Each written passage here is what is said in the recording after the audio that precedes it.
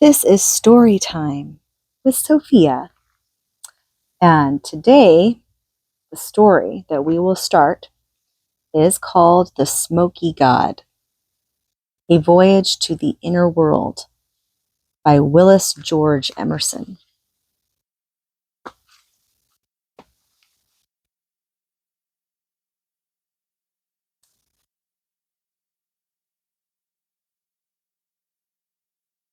It says on the inside, to my chum and companion, Bonnie Emerson, my wife.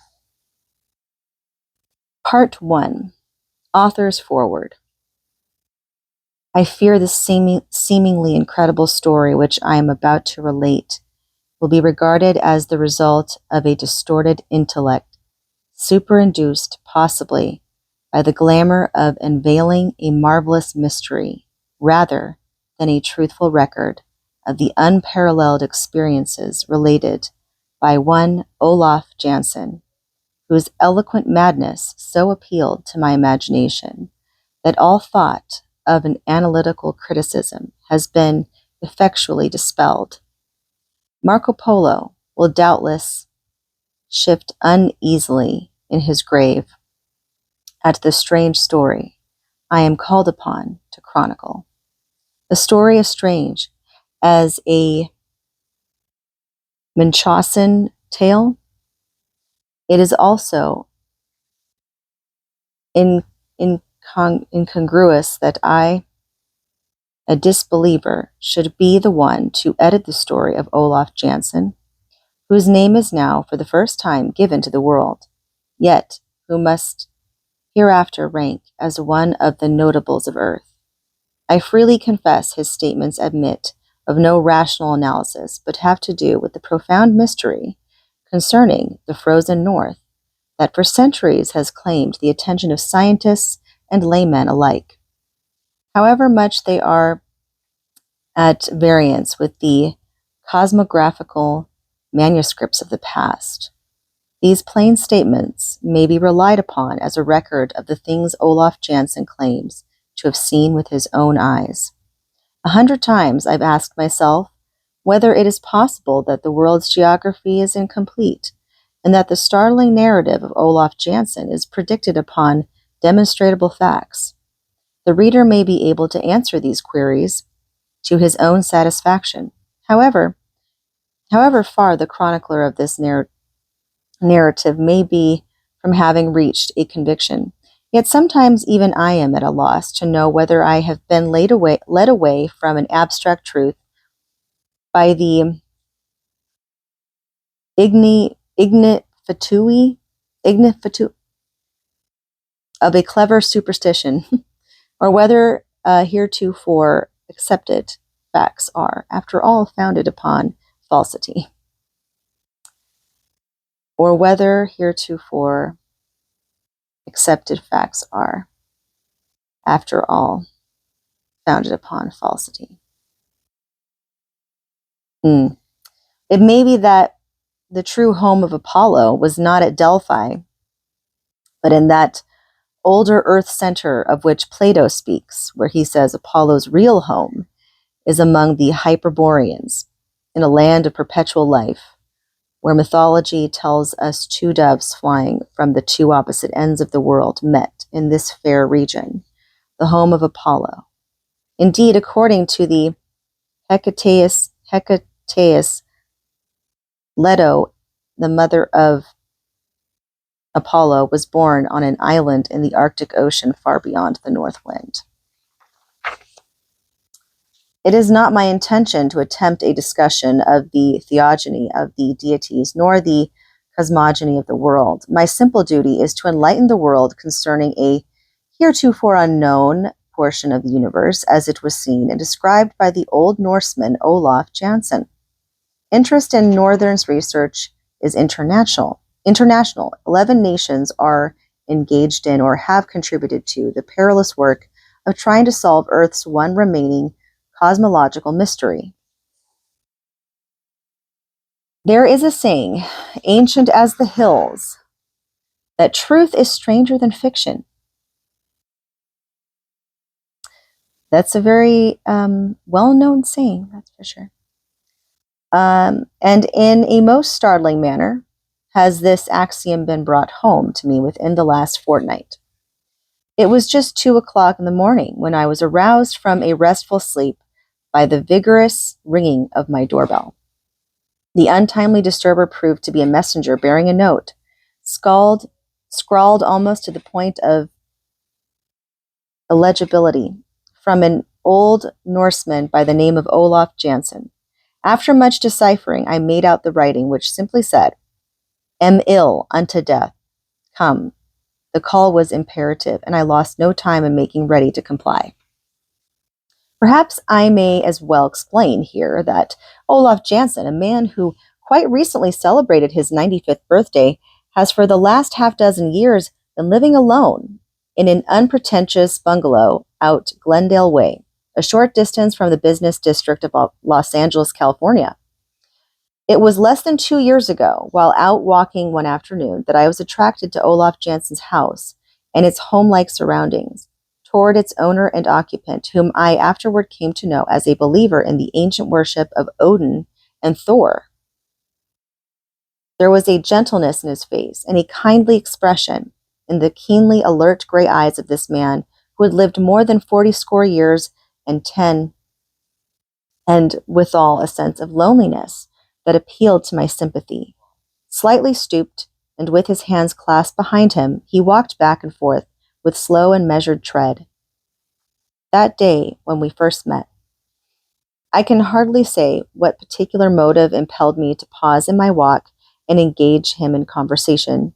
He seemed pleased when I complimented him on the attractiveness of his bungalow and on the well-tended vines and flowers clustering in profusion over its window's roof and wide piazza. I soon discovered that my new acquaintance was no ordinary person, but one profound and learned to a remarkable degree.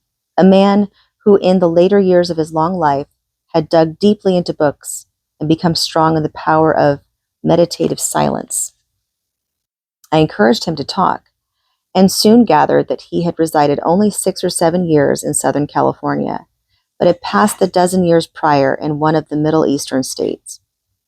Before that, he had been a fisherman off the coast of Norway, in the region of Lofoten Islands, from whence he had made trips still farther north to Spitsbergen and even to Franz Josef Land. Here's a picture,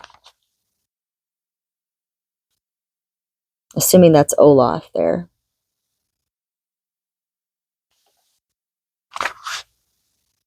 When I started to make my leave, he seemed reluctant to have me go and asked me to come again. Although at the time I thought nothing of it, I remember now that he made a peculiar remark as I extended my hand in leave-taking. "You will come again?" he asked.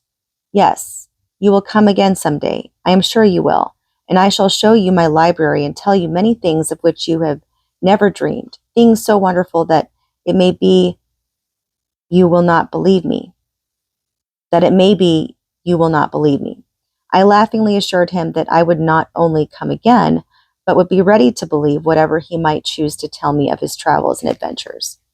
In the days that followed, I became well acquainted with Olaf Jansen, and little by little he told me his story, so marvelous that its very daring challenges reason, and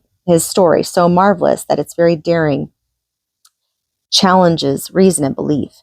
The old Norseman always expressed himself with so much earnestness and sincerity that I became enthralled by his strange narrations. Then came the messenger's call that night, and within the hour I was at Olaf Jansen's bungalow. He was very impatient at the long wait, although after being summoned, I had come immediately to his bedside. "I must hasten," he exclaimed, while yet he held my hand in greeting. "I have much to tell you that you know not, and I will trust no one but you. I fully realize," he went on hurriedly, "that I shall not survive the night. The time has come to join my fathers in the great sleep." I adjusted the pillows to make him more comfortable and assured him I was glad to be able to serve him in any way possible. for I was beginning to realize the seriousness of his condition.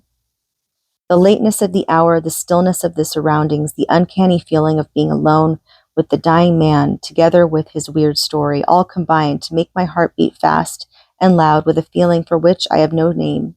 Indeed, there were many times that night, by the old Norseman's couch, that there have been many times since, when a sensation rather than a conviction took possession of my very soul, and I seemed not only to believe in, but actually see the strange lands, the strange people, and the strange world of which he told, and to hear the mighty orchestral chorus of 1,000 lusty voices.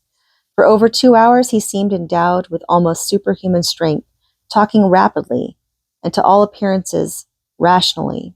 Finally he gave me into my hands certain data, drawings, and crude maps.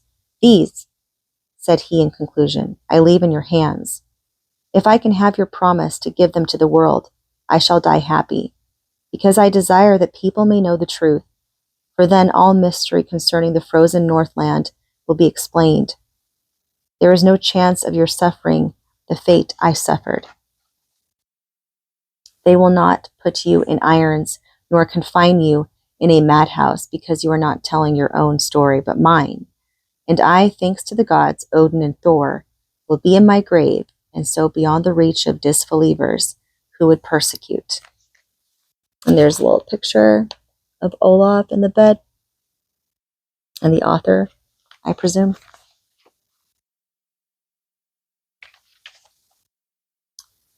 Without a thought of the far-reaching results the promise entailed, or foreseeing the many sleepless nights which the obligation has since brought me, I gave my hand, and with it a pledge to discharge faithfully his dying wish. As the sun rose over the peaks of the San Jacinto, far to the eastward, the spirit of Olaf Jansen, the navigator, the explorer, the worshipper of Odin and Thor, a man whose experiences and travels, as related, are without a parallel in the world's history, passed away, and I was left alone with the dead. And now, after having paid the last sad rites to this strange man from the Lofoden Islands and the still farther northward Ho, the courageous explorer of frozen regions, who in his declining years, after he had passed the 80 mark, had sought an asylum of restful peace in sun-favored California, I will undertake to make public his story. But first of all, let me indulge in one or two reflections. Generation follows generation, and the traditions from the misty past are handed down from sire to son. But for some strange reason, interest in the ice-locked unknown does not abate with the receding years, either in the minds of the ignorant or the tutored. With each new generation, a restless impulse stirs the hearts of men to capture the veiled citadel of the Arctic,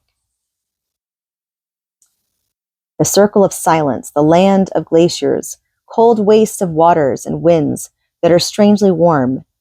Increasing interest is manifested in the mountainous icebergs, and marvelous speculations are indulged in concerning the Earth's center of gravity, the cradle of the tides, where the whales have their nurseries, where the magnetic needle goes mad, where the aurora borealis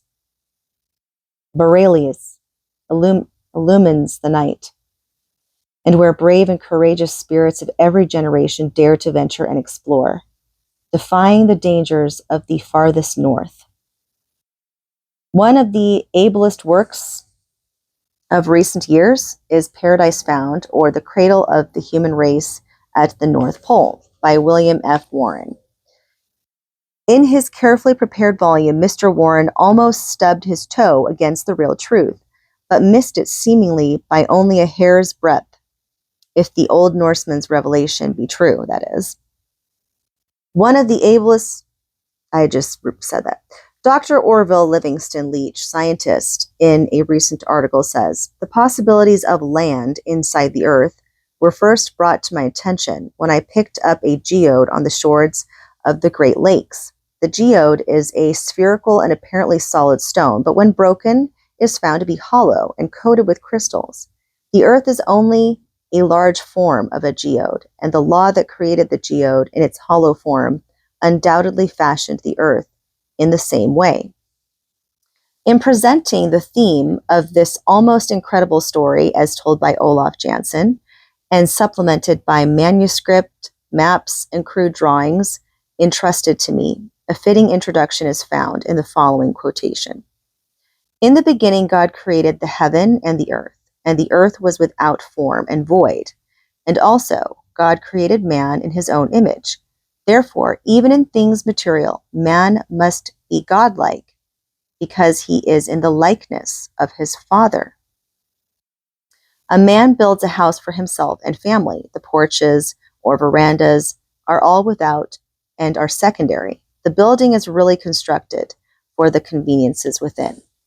Olaf Jansen makes the startling announcement, through me, a humble instrument, that in like manner, God created the earth for the within, that is to say, for its lands, seas, rivers, mountains, forests, valleys, and for its other internal conveniences, while the outside surface of the earth is merely the veranda, the porch, where things grow by comparison, but sparsely, like the lichen on the mountainside, clinging determinedly for bare existence. Take an eggshell, and from each end break out a piece as large as the end of this pencil. Extract its contents, and then you will have a perfect representation of Olaf's earth. This distance from the inside surface to the outside surface, according to him, is about 300 miles. The center of gravity is not in the center of the earth, but in the center of the shell or crust.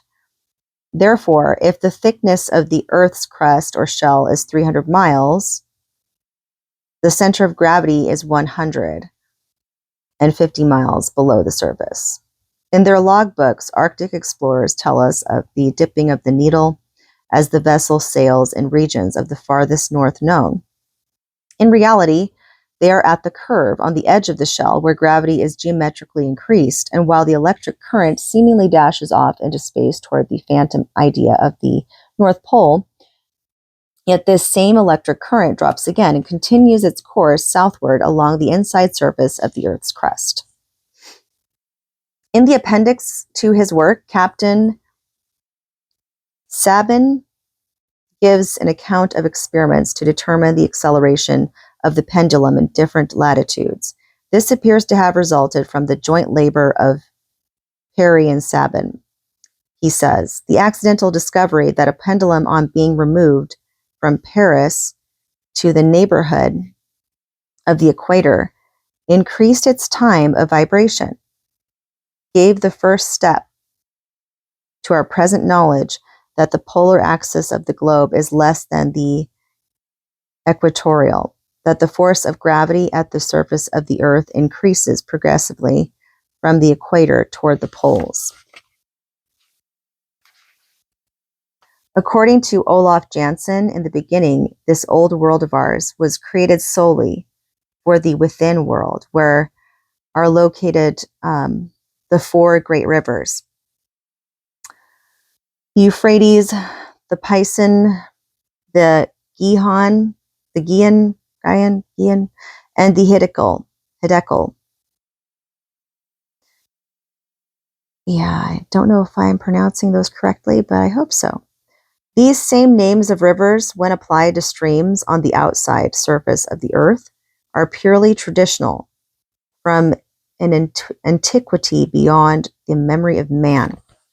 On the top of a high mountain near the fountainhead of these four rivers, Olaf Jansen, the Norseman, claims to have discovered the long-lost Garden of Eden, the veritable navel of the earth, and to have spent over 2 years studying and reconnoitering in this marvelous within land, exuberant with stupendous plant life and abounding in giant animals. A land where the people lived to be centuries old, after the order of Methuselah and other biblical characters, a region where 1/4 of the inner surface is water and 3/4 land, where there are large oceans and many rivers and lakes, where the cities are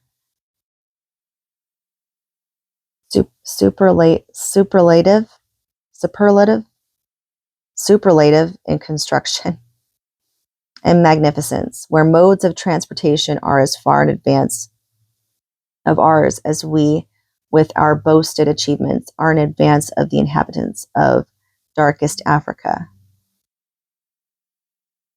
The distance directly across the space from inner surface to inner surface is about 600 miles less than the recognized diameter of the Earth. In the identical center of this vast vacuum is the seat of electricity, a mammoth ball of dull red fire, not startlingly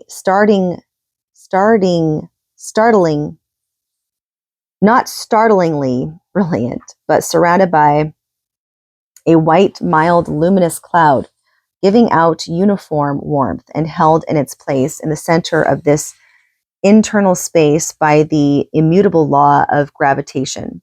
This electrical cloud is known to the people within as the abode of the Smoky God. They believe it to be the throne of the Most High. Olaf Jansen reminded me of how in the old college days we were all familiar with the laboratory.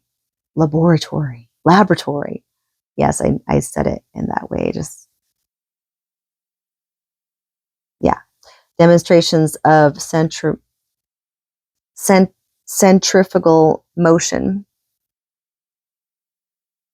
which clearly proved that if the Earth were a solid, the rapidity of its revolution upon its axis would tear it into 1,000 fragments. The Old Norsemen also maintained that from the farthest points of land on the islands of Spitsbergen and Franz Joseph Land, flocks of geese may be seen annually flying still farther northward, just as the sailors and explorers record in their logbooks. No scientist has yet been audacious enough to attempt to explain, even to his own satisfaction, toward what lands these winged fowls are guided by their subtle instinct. However, Olaf Jansen has given us a most reasonable explanation. The presence of the open sea in the Northland is also explained. Olaf Jansen claims that the northern aperture, intake or hole, so to speak, is about 1,400 miles across. In connection with this, let us read what explorer Nansen writes on page 288 of his book.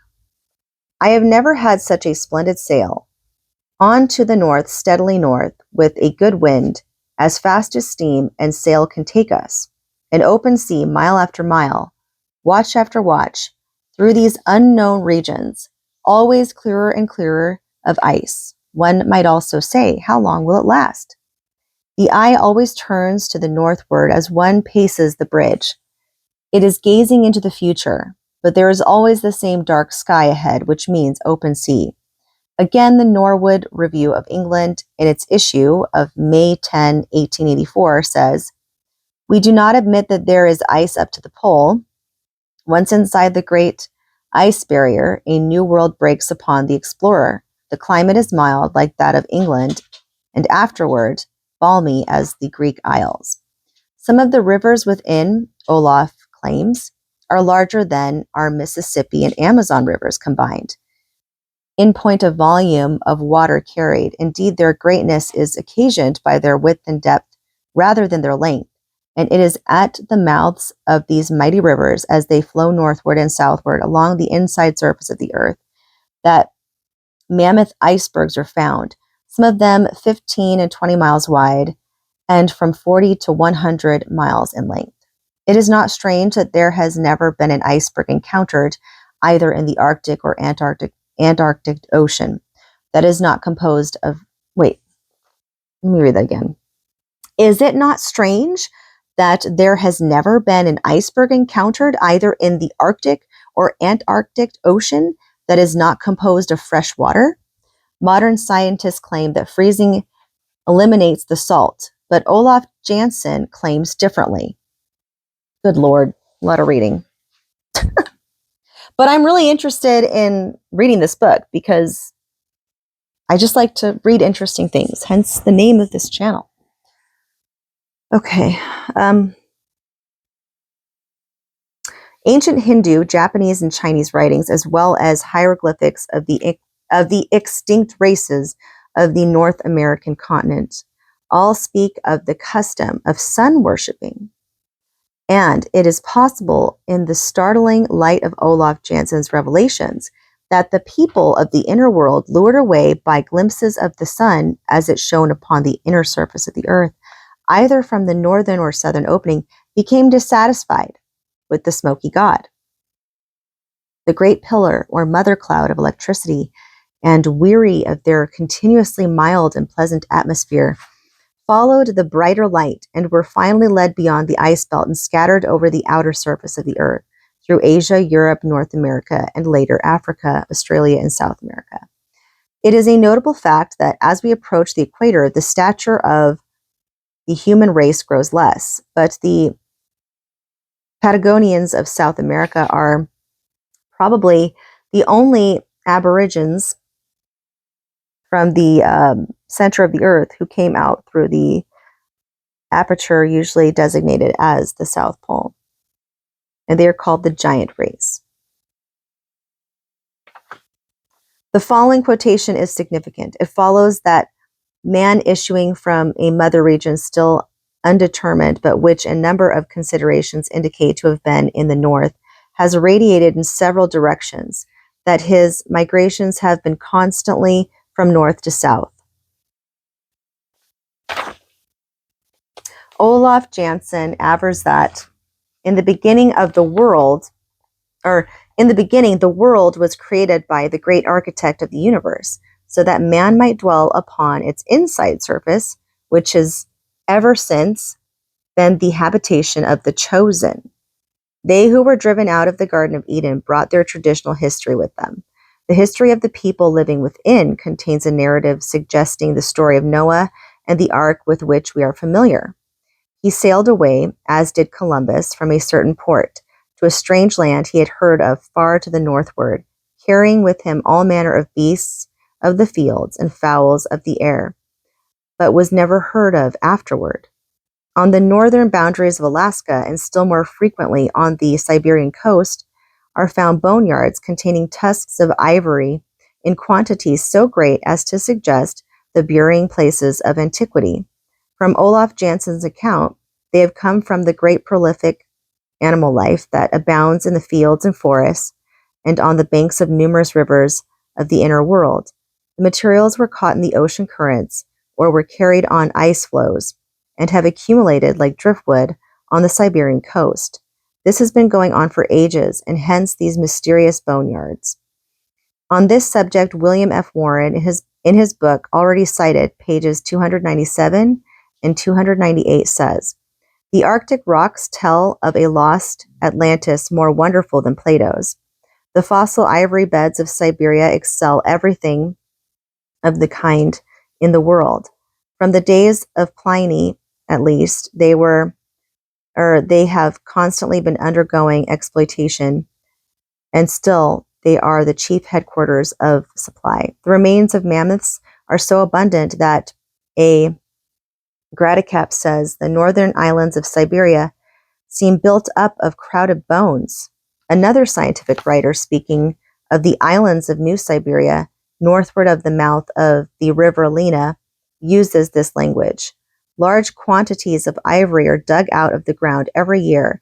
Indeed, some of the islands are believed to be nothing but an accumulation of drift timber and the bodies of mammoths and other antediluvian animals frozen together."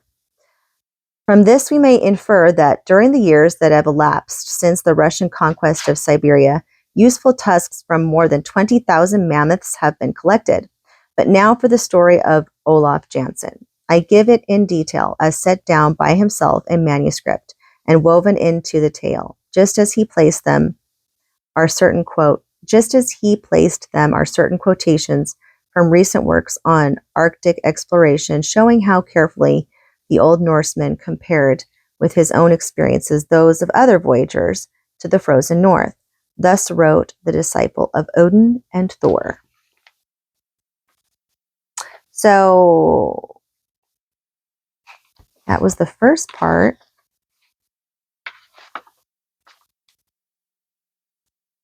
And now on to part 2. Hold on, I need a little break. All right. Now we're on part 2, Olaf Jansson's story. My name is Olaf Jansson. I am a Norwegian, although I was born in the little seafaring Russian town of Uleåborg on the eastern coast of the Gulf of Bothnia, the northern arm of the Baltic Sea. My parents were on a fishing cruise in the Gulf of Bothnia and put into this Russian town of Uleåborg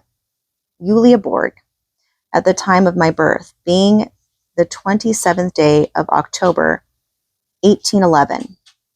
My father, Jens Jansson, was born at Rodwig on the Scandinavian coast near the Lofoten Islands, but after marrying made his home at Stockholm because my mother's people resided in that city. When 7 years old, I began going with my father on his fishing trips along the Scandinavian coast. Early in life, I displayed an aptitude for books, and at the age of 9 years, was placed in a private school in Stockholm, remaining there until I was 14. After this, I made regular trips with my father on all his fishing voyages. My father was a man fully 6'3" in height and weighed over 15 stone, a typical Norseman of the most rugged sort, and capable of more endurance than any other man I have ever known. He possessed the gentleness of a woman in tender little ways, yet his determination and willpower were beyond description. His will admitted of no defeat. I was in my 19th year when we started on what proved to be our last trip as fishermen, and which resulted in the strange story that shall be given to the world, but not until I have finished my earthly pilgrimage. I dare not allow the facts, as I know them, to be published while I am living, for fear of further humiliation, confinement, and suffering. First of all, I was put in irons by the captain of the whaling vessel that rescued me, for no other reason than that I told the truth about the marvelous discoveries made by my father and myself. But this was far from being the end of my tortures. After 4 years and 8 months' absence, I reached Stockholm, only to find my mother had died the previous year, and the property left by my parents in the possession of my mother's people. But it was at once made over to me. All might have been well had I erased from my memory the story of our adventure and of my father's terrible death. Finally, one day I told the story in detail to my uncle, Gustav Osterland, a man of considerable property, and urged him to fit out an expedition for me to make another voyage to the strange land. Hold on. At first I thought he favored my project. He seemed interested and invited me to go before certain officials and explain to them, as I had to him, the story of our travels and discoveries. Imagine my disappointment and horror when, upon the conclusion of my narrative, certain papers were signed by my uncle, and without warning, I found myself arrested and hurried away to dismal and fearful confinement in a madhouse, where I remained for 28 years, long, tedious, frightful years of suffering.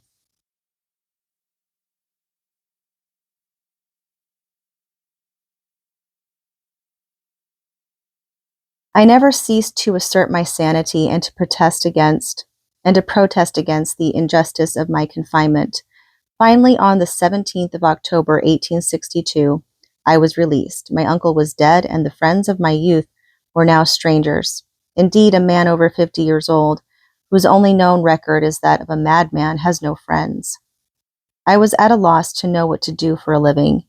but instinctively turned toward the harbor where fishing boats in great numbers were anchored.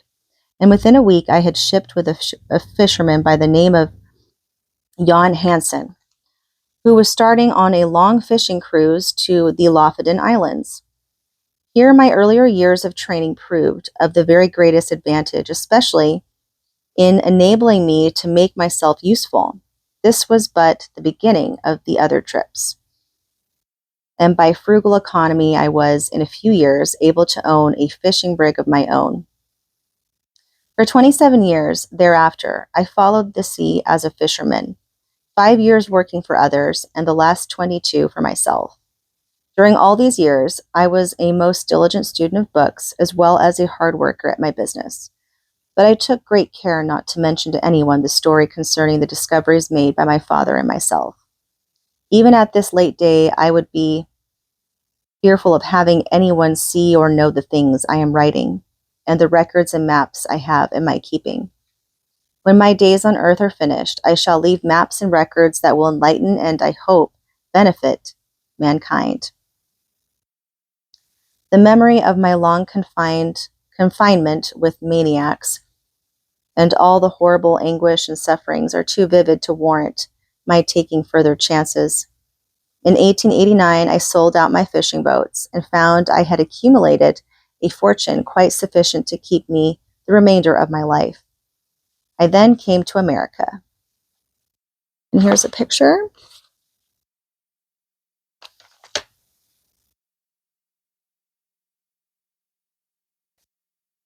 It looks like, depicting one of the earlier travels. For a dozen years, my home was in Illinois near Batavia, where I gathered most of the books in my present library, though I bought many choice volumes from Stockholm. Later I came to Los Angeles, arriving here March 4th, 1901. The date I well remember, as it was President McKinley's second inauguration.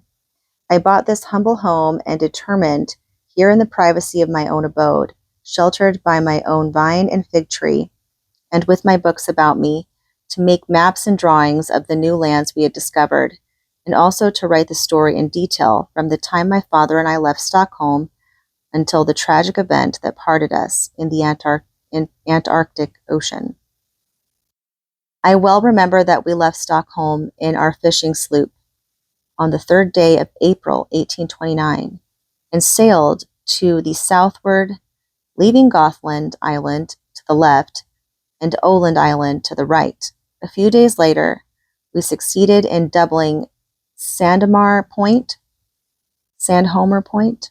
and made our way through the Sound, which separates Denmark from the Scandinavian coast. In due time, we put in at the town of Kristiansand, where we rested 2 days, and then started around the Scandinavian coast to the westward, bound for the Lofoten Islands. My father was in high spirit because of the excellent and gratifying returns he had received from our last catch by marketing at Stockholm. Instead of selling at one of the seafaring towns along the Scandinavian coast.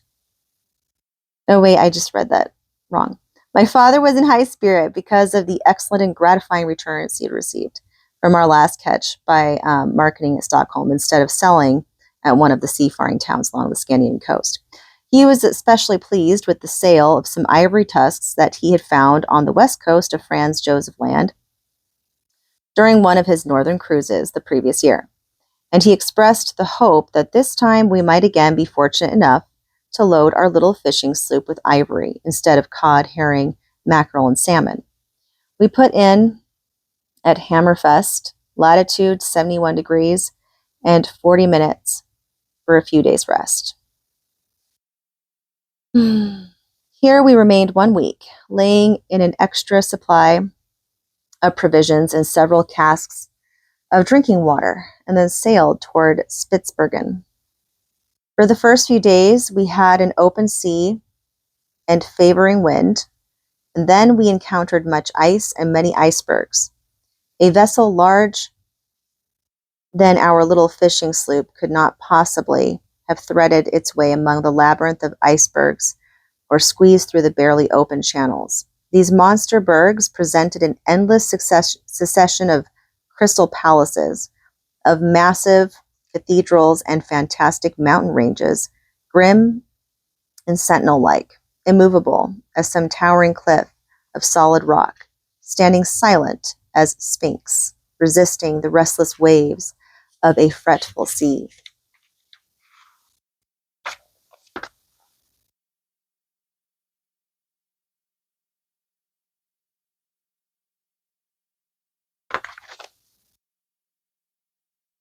After many narrow escapes, we arrived at Spitsbergen on the 23rd of June and anchored at Wihadi Bay, I think that's how it's pronounced, for a short time, where we were quite successful in our catches. We then lifted anchor and sailed through the Hinlopen Strait and coasted along the northeast land.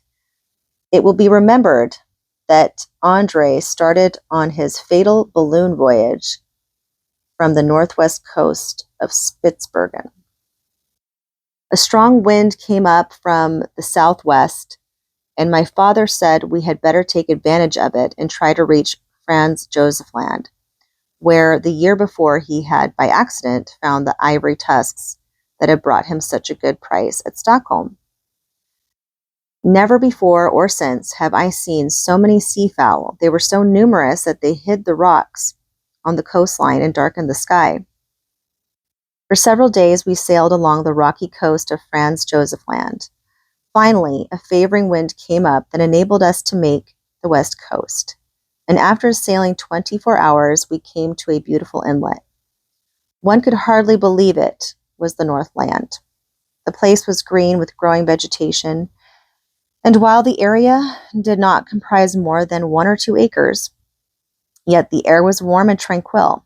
It seemed to be at that point where the Gulf Stream's influence is most keenly felt. On the east coast, there were numerous icebergs, yet here we were in open water. Far to the west of us, however, were ice packs, and still farther to the westward, the ice appeared like ranges of low hills. In front of us, and directly to the north, lay an open sea. My father was an ardent believer in Odin and Thor, and had frequently told me they were gods who came from far beyond the north wind. There was a tradition, my father explained, that still farther northward was a land more beautiful than any that mortal man had ever known, and that it was inhabited by the chosen.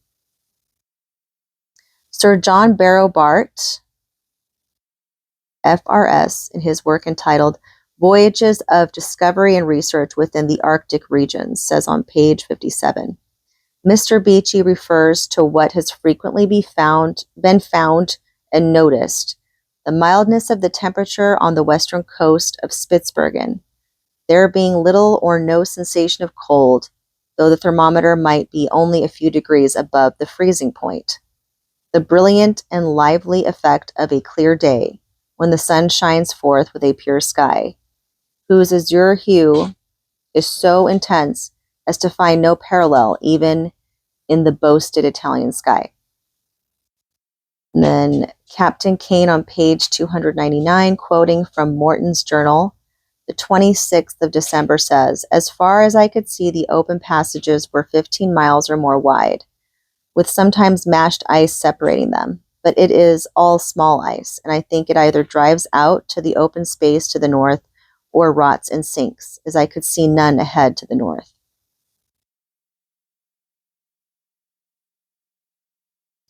Then 5, it says, we find the following in Dutch mythology, page 778, from the pen of Jacob Grimm. Then the sons of Bor built in the middle of the universe the city called Asgard, where dwell the gods and their kindred, and from that abode work out so many wondrous things, both on the earth and in the heavens above it. There is in that city a place called Hidskaf. I cannot pronounce that. And when Odin is seated there upon his lofty throne, he sees over the whole world and discerns all the actions of men. My youthful I need to show this. This is another picture. It shows kind of, like the icebergs and like the little boat there sailing through it.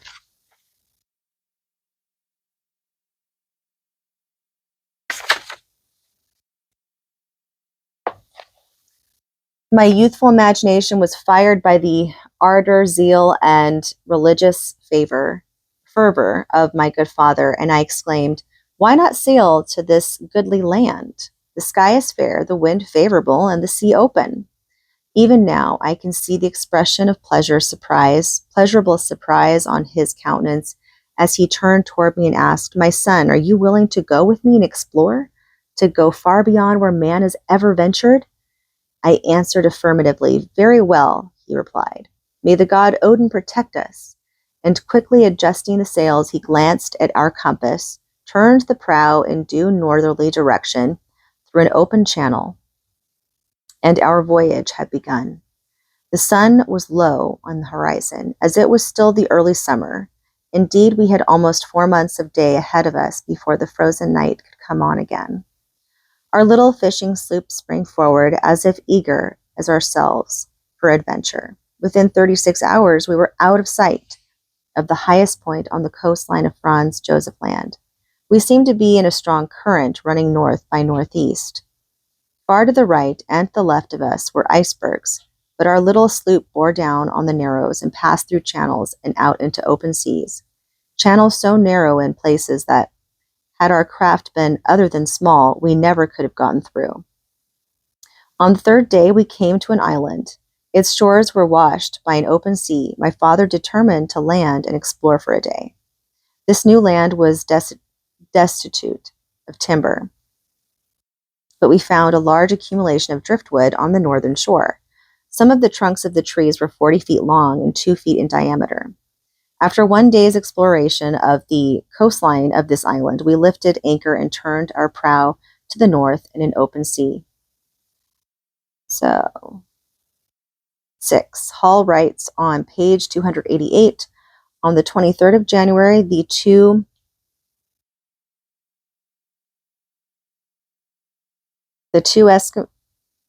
Eskimo? I can't pronounce that. Accompanied by 2 of the seamen, went to Cape Lupton. They reported a sea of open water extending as far as the eye could reach. 7. Greeley tells us in Volume 1, page 100, that Privates Connell and Frederick found a large coniferous tree on the beach just above the extreme high water mark. It was nearly 30 inches in circumference, some 30 feet long, and had apparently been carried to that point by a current within a couple of years. A portion of it was cut up for firewood, and for the first time in that valley, a bright, cheery campfire gave comfort to man. 8. Dr. Kane says on page 379 of his works, "I cannot imagine what becomes of the ice. A strong current sets in constantly to the north, but from altitudes of more than 500 feet, I saw only narrow strips of ice with great spaces of open water from 10 to 15 miles in breadth between them. It must therefore either go to an open space in the north or dissolve." I remember that neither my father nor myself had tasted food for almost 30 hours. Perhaps this was because of the tension of excitement about our strange voyage in waters farther north. My father said, Active mentality had dulled the demands of the physical needs. Instead of the cold being intense as we had anticipated, it was really warmer and more pleasant than it had been while in Hammerfest on the north coast of Norway some 6 weeks before. We both frankly admitted that we were very hungry, and I would be too after 30 freaking hours, and forthwith I prepared a substantial meal from our well-stored larder. Larder. Like lard? When we had partaken heartily of the repast, I told my father I believed I would sleep, as I was beginning to feel quite drowsy. "Very well," he replied, "I will keep the watch, and I will take a drink of water."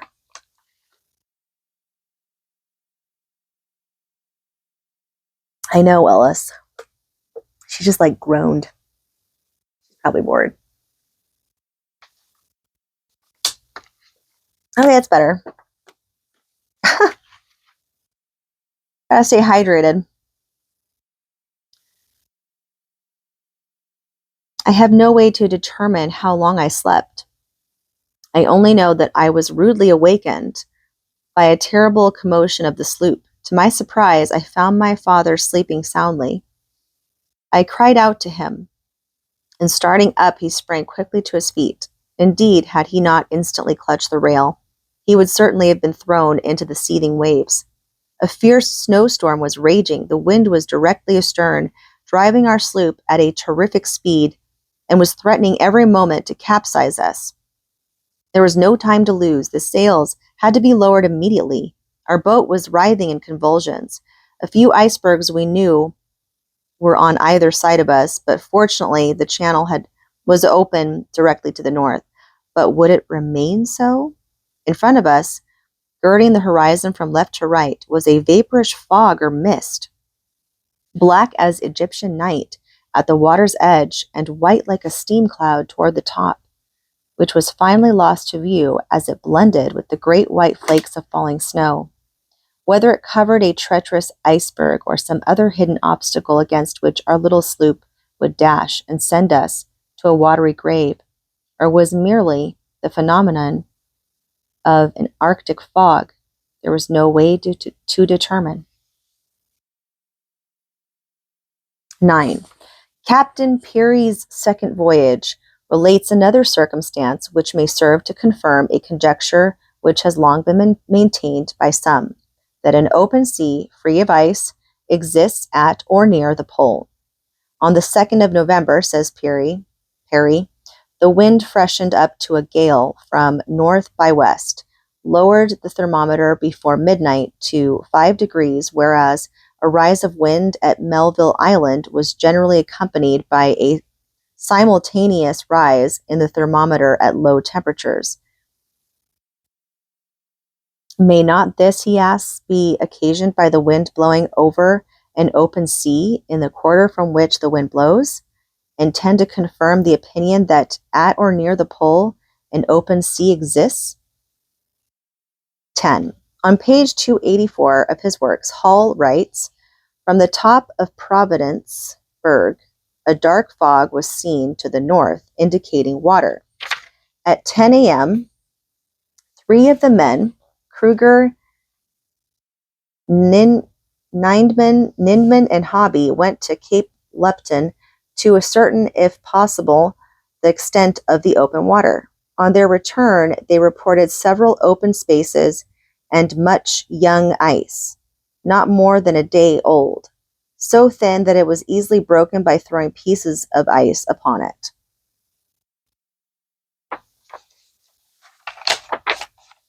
Here's a picture. The thrashing waves. By what miracle we escaped being dashed to utter destruction, I do not know. I remember our little craft creaked and groaned, as if its joints were breaking. It rocked and staggered to and fro, as if clutched by some fierce undertow of whirlpool or maelstrom. Fortunately, our compass had been fastened with long screws to a crossbeam. Most of our provisions, however, were tumbled out and swept away from the deck of the cuddy, and had we not taken the precaution at the very beginning to tie ourselves firmly to the mast of the sloop, we should have been swept into the lashing sea. Above the deafening tumult of the raging waves, I heard my father's voice. "Be courageous, my son," he shouted. "Odin is the god of the waters, the companion of the brave, and he is with us, fear not." To me it seemed there was no possibility of our escaping a horrible death. I don't know why that was funny. To me it seemed there was no possibility of our escaping a horrible death. The little sloop was shipping water.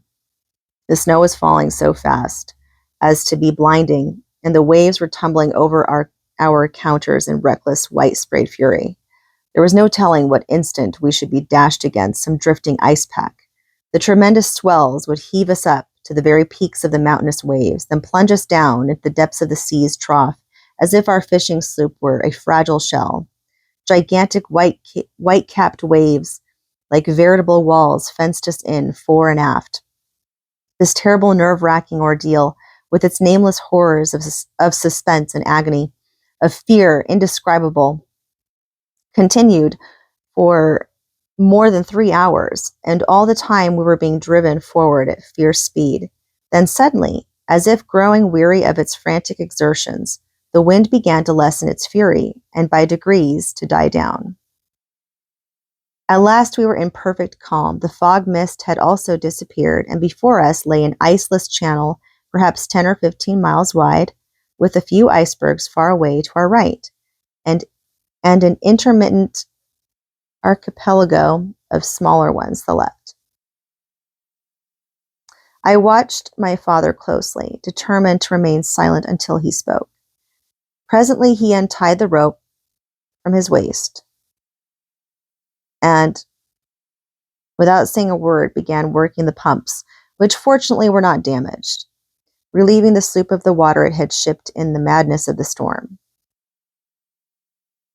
He put up the sloop's sails as calmly as if casting a fishing net, and then remarked that we were ready for a favoring wind when it came. His courage and persistence were truly remarkable. On investigation, we found less than 1/3 of our provisions remaining, while to our utter dismay, we discovered that our water casks had been swept overboard during the violent plungings of our boat. Oh no, that is terrible. 2 of our water casks were in the main hold. Both were empty. We had a fair supply of food, but there's no fresh water, and you'll die from thirst and dehydration first. Yeah, before like hunger. So water is very important. I'm sure all of you know that very well. I don't have to tell you that.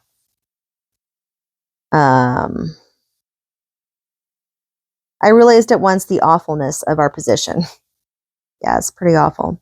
Presently, I was seized with a consuming thirst. It is indeed bad, remarked my father. However, let us dry our bedraggled clothing. Bedraggled clothing, for we are soaked to the skin. Trust to the god Odin, my son. Do not give up hope.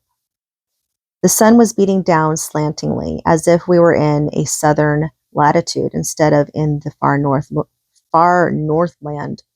It was swinging around, its orbit ever visible and rising higher and higher each day, frequently mist-covered, yet always peering through the lacework of clouds like some fretful eye of fate, guarding the mysterious northland and jealously watching the pranks of man. Far to our right, the rays decking the prisms of icebergs were gorgeous. Their reflections emitted flashes of garnet, of diamond, of sapphire, a pyrotechnic panorama of countless colors and shapes, while below could be seen the green-tinted sea and above the purple sky. So now we're on part 3. I'm well over an hour, so I think I'm going to just end it there and then continue on in another one. The Smoky God.